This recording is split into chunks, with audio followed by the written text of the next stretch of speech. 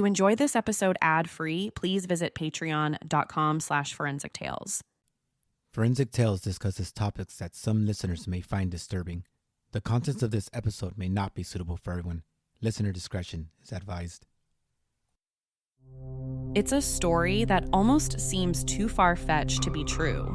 A Utah mother who wrote a book on grief to help her children cope with the death of their father after an apparent fentanyl overdose in March 2022. But what initially appeared to be a heartbreaking tragedy quickly turned into something much darker. Investigators soon began to question whether Eric Richins' death was really an accident, or if it had been carefully planned. Years later, the case finally made its way to trial, where jurors heard testimony from 40 witnesses that helped piece together what really happened in the hours leading up to Eric's death. So in today's special episode of Forensic Tales, we're breaking down the key moments from the trial, the testimony, the forensic evidence, the arguments presented in court, and the long-awaited verdict.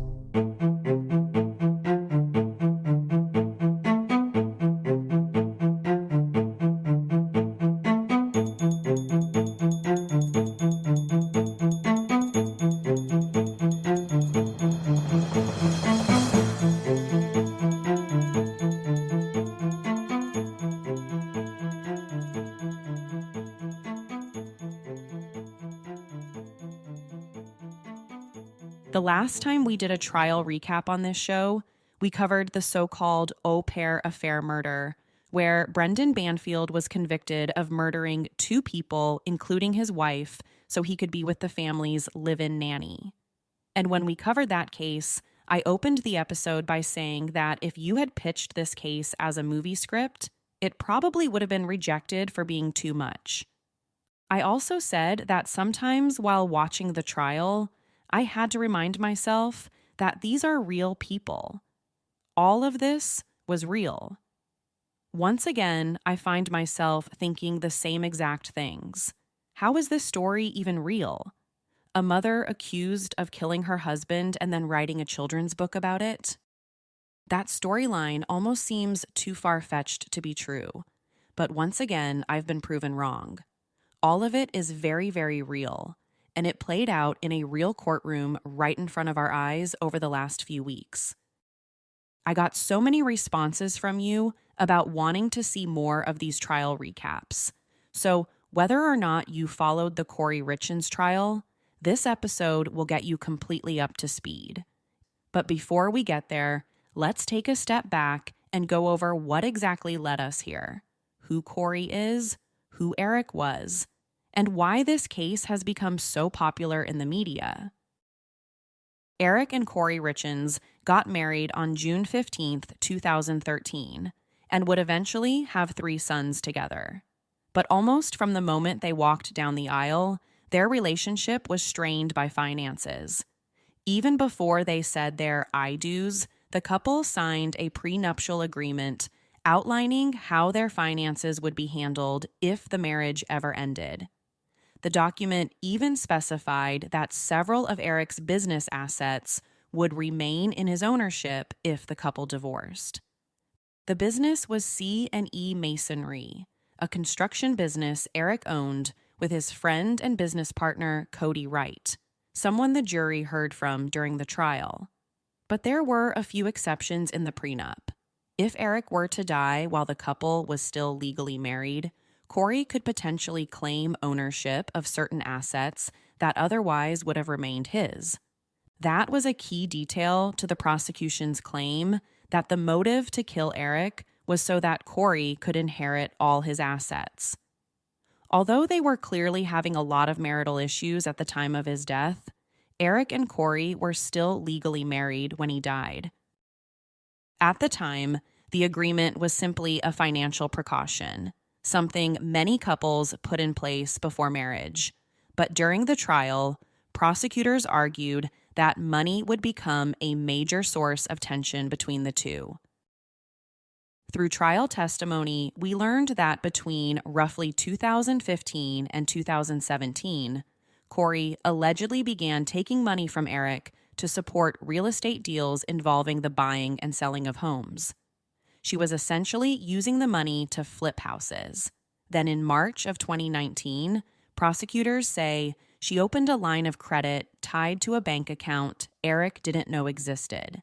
That line of credit allowed her to borrow approximately $250,000, allegedly using paperwork that included Eric's signature. But prosecutors said he knew absolutely nothing about it. By September of 2020, things only got worse. According to Eric's sister, Eric eventually found out about all this money, and when he confronted Kouri about it, she reportedly promised to repay it. But prosecutors said she never did. Altogether, Eric's family later alleged that nearly $500,000 had been taken or misused through a combination of loans, withdrawals, and financial transactions.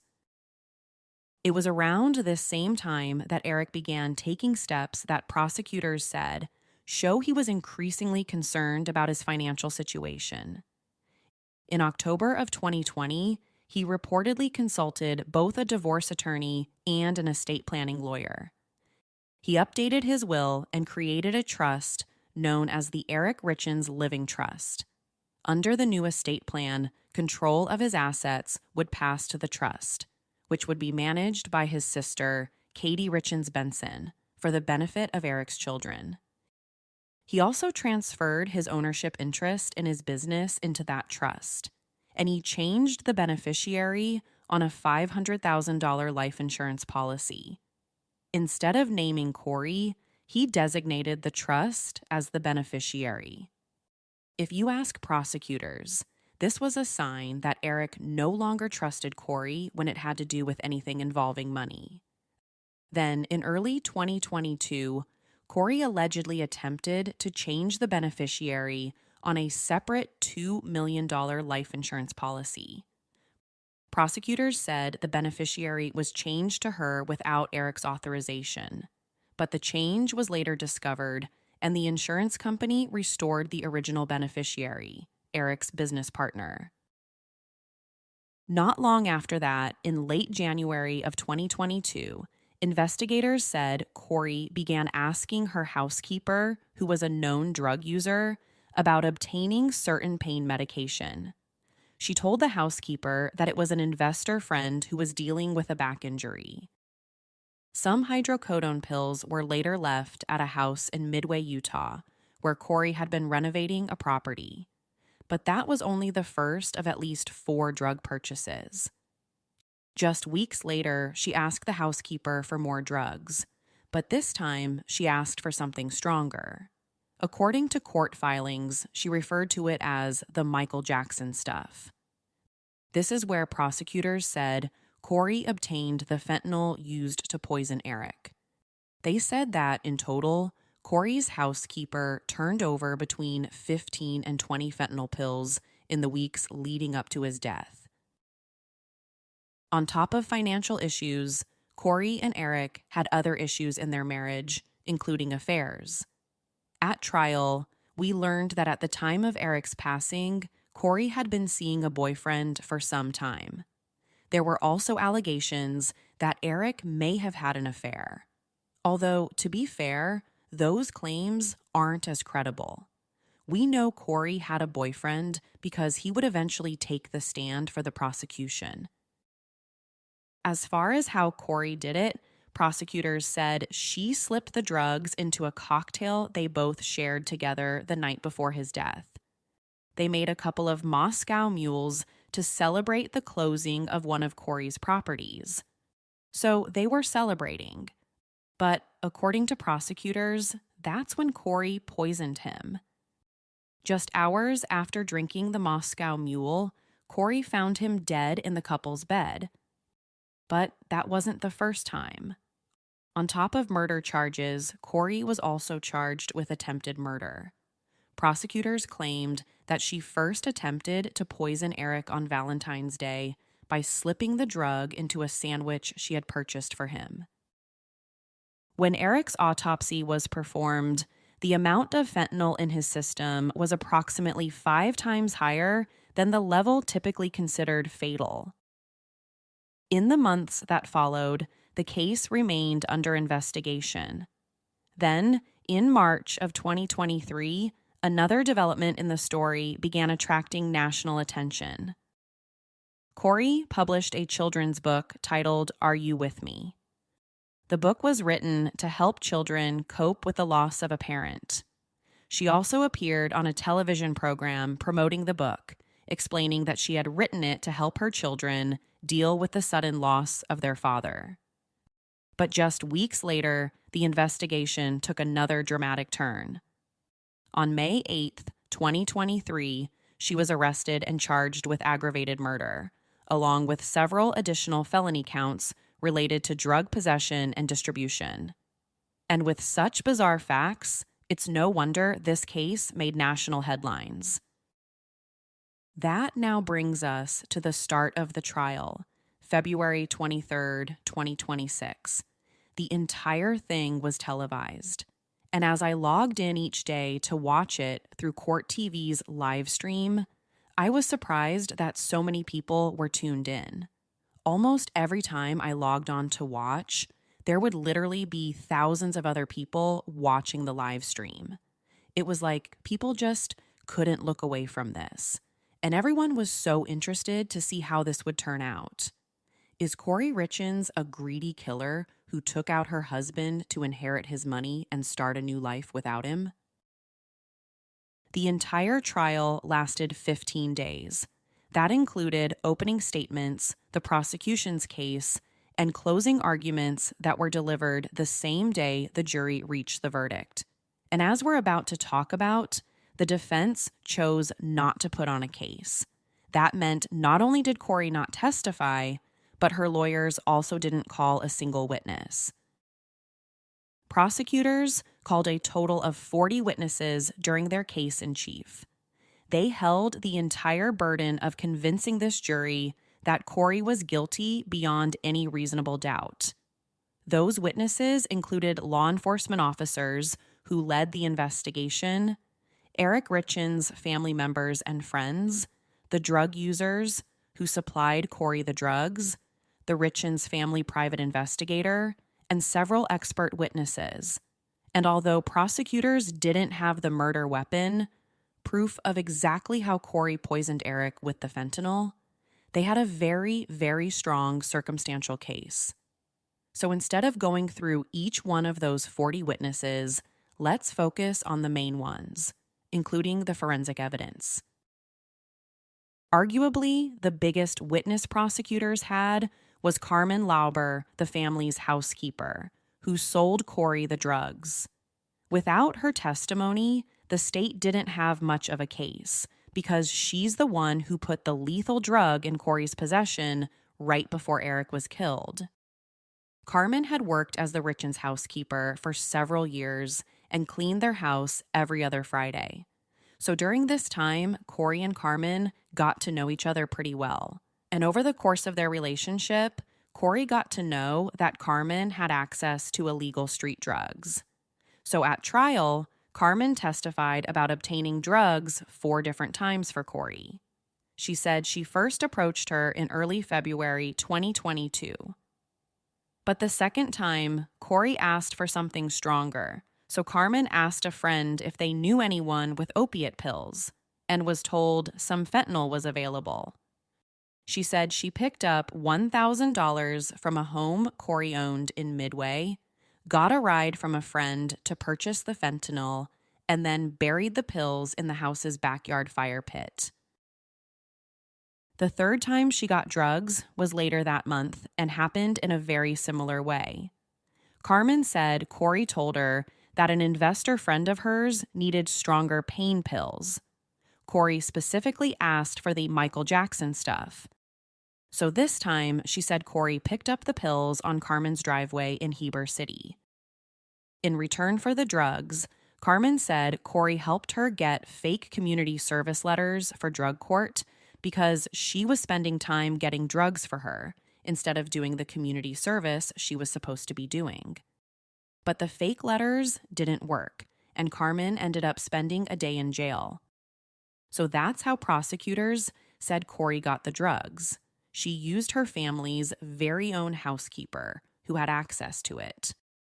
And in return for testimony against Kouri Richins, she was granted full immunity in Eric's death.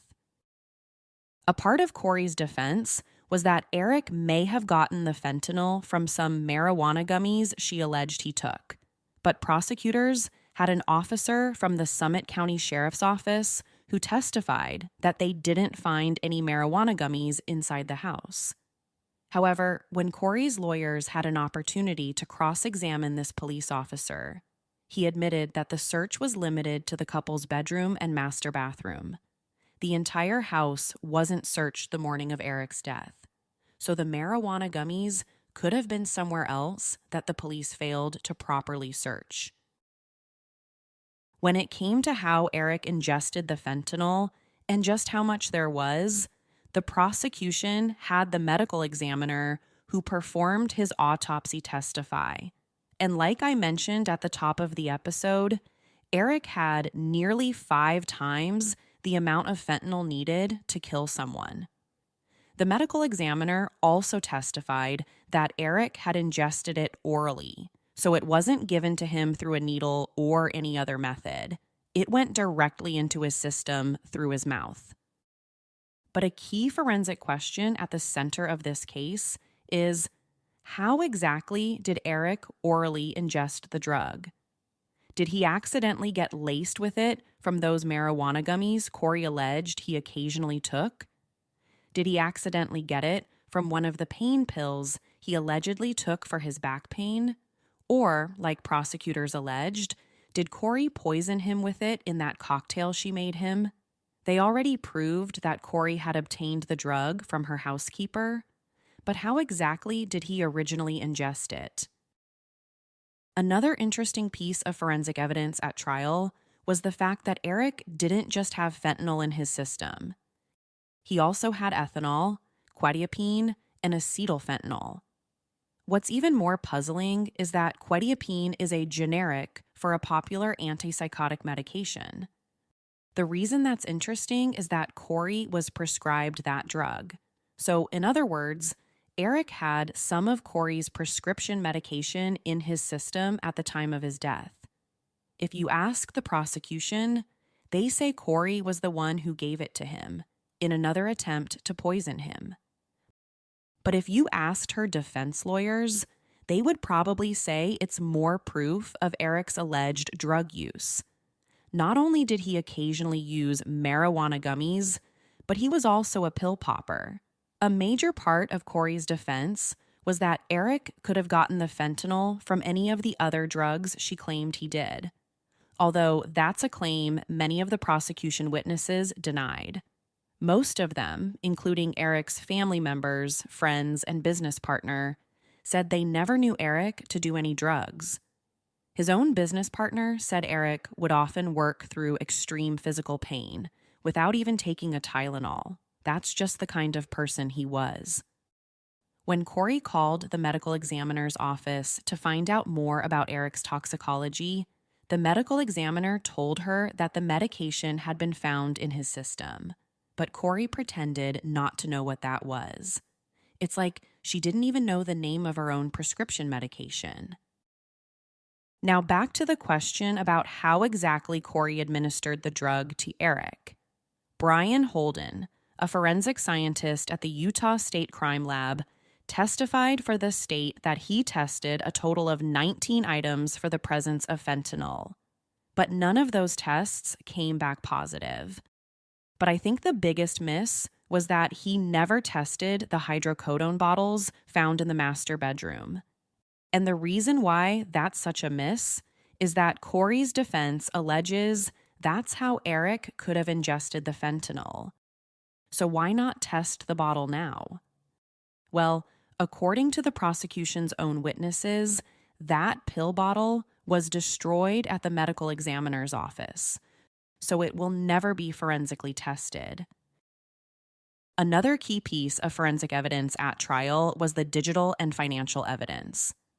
During the second week of trial, jurors got to hear about the full forensic examination of Kouri's cell phone that included searches on how to delete iPhone messages, death benefit insurance payouts, and fentanyl poisonings. These were all searches she did before and after Eric's death. And if that doesn't sound bad enough, Kouri also allegedly accessed at least 3 gifts that morning. They included one with Donald Trump saying, "I'm really rich," one with a man that said, "Idiots, idiots everywhere," and another with a woman using money to wipe her eyes. But a question the prosecution wasn't able to answer was how exactly she accessed them. They alleged she searched for them, but Kouri's lawyers argued Eric could have sent them to her about the house sale they were celebrating the night before he died. Unfortunately, cell phone forensics doesn't tell us which is true. And in a case like this, timing really matters. Because if Kouri accessed these images herself just minutes after first responders pronounced her husband dead, that definitely points to motive. But Eric was the one who sent them to her the night before. I think that makes a difference when it comes to motive and consciousness of guilt. Let's now dive into the finances. On week 2, day 7, jurors really got to hear about the financial status of Kouri's real estate business. On the surface, she presented herself as a very successful businesswoman. But as jurors found out, that wasn't exactly the truth. In fact, Kouri was in very, very bad financial shape when Eric died. And all of that plays into the motive. As of the date that Eric Richins died, Kouri Richins was in financial distress and her financial enterprise was collapsing. But for a significant infusion of cash and capital, it would have continued to collapse, said Brooke Carrington, a forensic accountant testifying for the prosecution. It was imploding. Her debts and liabilities outweighed her assets. Even if she sold everything, it would not be enough to get to zero. Kouri may have presented herself as a very successful house flipper, but that wasn't reality. She was in hundreds upon hundreds of thousands of dollars in debt. She was quite literally robbing Peter to pay Paul. But according to prosecutors, if Eric were dead, she would be in a much better financial state. But just how bad was her financial situation at the time? Brooke Carrington testified about how she went through all of Kouri's personal and business accounts. And according to her, Kouri had bounced a total of 236 checks in the amount of over $360,000 and incurred $5,600 in overdraft fees. By early 2022, she owed about $8 million and was running out of new funding sources. She was doing things like borrowing from hard money lenders. She was even facing a lawsuit from one of those lenders for non-payment. So I think it's fair to say that Kouri's financial status in March of 2022 was very, very bad, and gave credit to the prosecution's theory about the motive. All of that was evidence presented by the state's forensic accountant. During the last week of testimony, the prosecution called Matthew Throckmorton a forensic handwriting analyst. The reason he was called as a witness was because they accused Kouri of forging Eric's signature on at least 2 life insurance documents. These were policies that had been purchased just a few weeks before his death. His testimony wasn't necessarily a slam dunk because all he was able to say was that it likely wasn't Eric's signature on the documents. But he couldn't forensically say whether Kouri had forged it or not. It was just more likely than not that it wasn't Eric's signature. So this opened the door for Kouri's lawyers to argue that even if Kouri had signed them, she had Eric's permission. And as his wife, signing documents on his behalf shouldn't be a big deal. I think the biggest takeaway from this forensic expert's testimony is that a few life insurance documents are alleged to be forged. But was it Kouri who did it? And if so, did she have Eric's permission? The jury also had to consider the timing. These policies were taken out just weeks before he died. I think if these policies had existed for several years prior, this wouldn't be an issue. But timing in this case is everything. Even if that forensic expert couldn't tell us who forged them, the timing fills in the gaps that the forensic evidence can't. By the end of the trial, jurors heard about two of the most sensationalized aspects of this case: the walk the dog letter and the children's book Kouri wrote after Eric's death. Let's start with the letter. In September 2023, authorities found a 6-page handwritten note inside her jail cell containing instructions for her mother to coach witnesses into providing false testimony.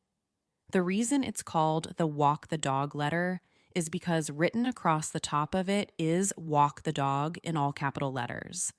It basically suggests a defense strategy claiming Eric died of an overdose, intending to frame him as having purchased drugs from Mexico. For the prosecution, this was a very powerful piece of physical evidence that constitutes witness tampering, instructing family members to lie. The letter advises her mother to take vague notes while discussing a potential story with her brother, Ronnie Darden, about a conversation where Eric allegedly confessed to buying pain pills from workers in Mexico. But for Kouri's lawyers, they said the letter was part of a fictional mystery novel she was writing. Finally, the children's book. Probably one of the most memorable parts of this story is the children's book Kouri wrote after Eric's passing. If you thought she was innocent, she just looked like a grieving mother who found a way to comfort kids in similar situations. But if you thought she was guilty, you wonder just how diabolical someone can really be. The story is that about a year after Eric died, Kouri authored the book Are You With Me? It was basically a book for children to learn how to deal with grief. At trial, prosecutors presented this evidence as more proof of Kouri's greed. Not only did she murder her husband for his money, but she also wanted to profit from a children's book about it. They also told the jury that she didn't even write the book herself. She used a ghostwriter. One of the final days of testimony, jurors heard from Detective O'Driscoll, the investigator who took over as lead detective. And he testified that from the beginning, investigators considered 3 possible explanations for what happened to Eric: that he accidentally overdosed, that he intentionally took fentanyl, or that someone else administered it to him. And that's the heart of the question jurors were asked to answer. What does the physical, forensic, and circumstantial evidence say on how Eric got the fatal drug? And in the end, that's exactly what this case came down to. Not one single piece of evidence, not one witness, not one moment, but the totality of it all. The forensic evidence, the digital trail, the financial records, the toxicology report, the testimony. Each piece on its own may have left room for questions, but together they told a very clear story. A story about planning, a story about motive, and ultimately, a story about how Eric Richins died. After just 3 hours of deliberation on Monday, March 16th, the jury reached their verdict. Kouri Richins was found guilty on all charges. And while there were still unanswered questions, like exactly how the fentanyl was administered, the jury didn't need every single detail to be proven. Because in forensic investigations, you don't always get a perfect picture. Sometimes you just get fragments, or pieces, or small clues. And it's how those pieces come together that reveals the truth. In this case, the science, the data, and the evidence spoke louder than anything else. And for Eric, that truth was finally heard. Forensic Tales will continue to follow this case as sentencing and any potential appeals move forward. Thank you so much for listening to this special episode. And if you want to hear more trial recaps and updates, be sure to follow my other podcast, The Crime Docket. You can follow and subscribe to The Crime Docket on Spotify or wherever you get your favorite shows.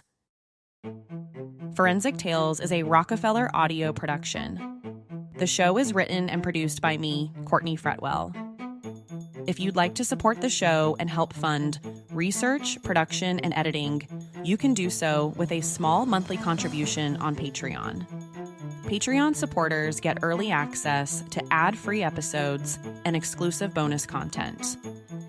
Thank you so much to this week's newest supporter, Teresa Z. You can learn more at patreon.com/Forensic Tales. And if you enjoy the show, leaving a positive rating or review really helps others discover it.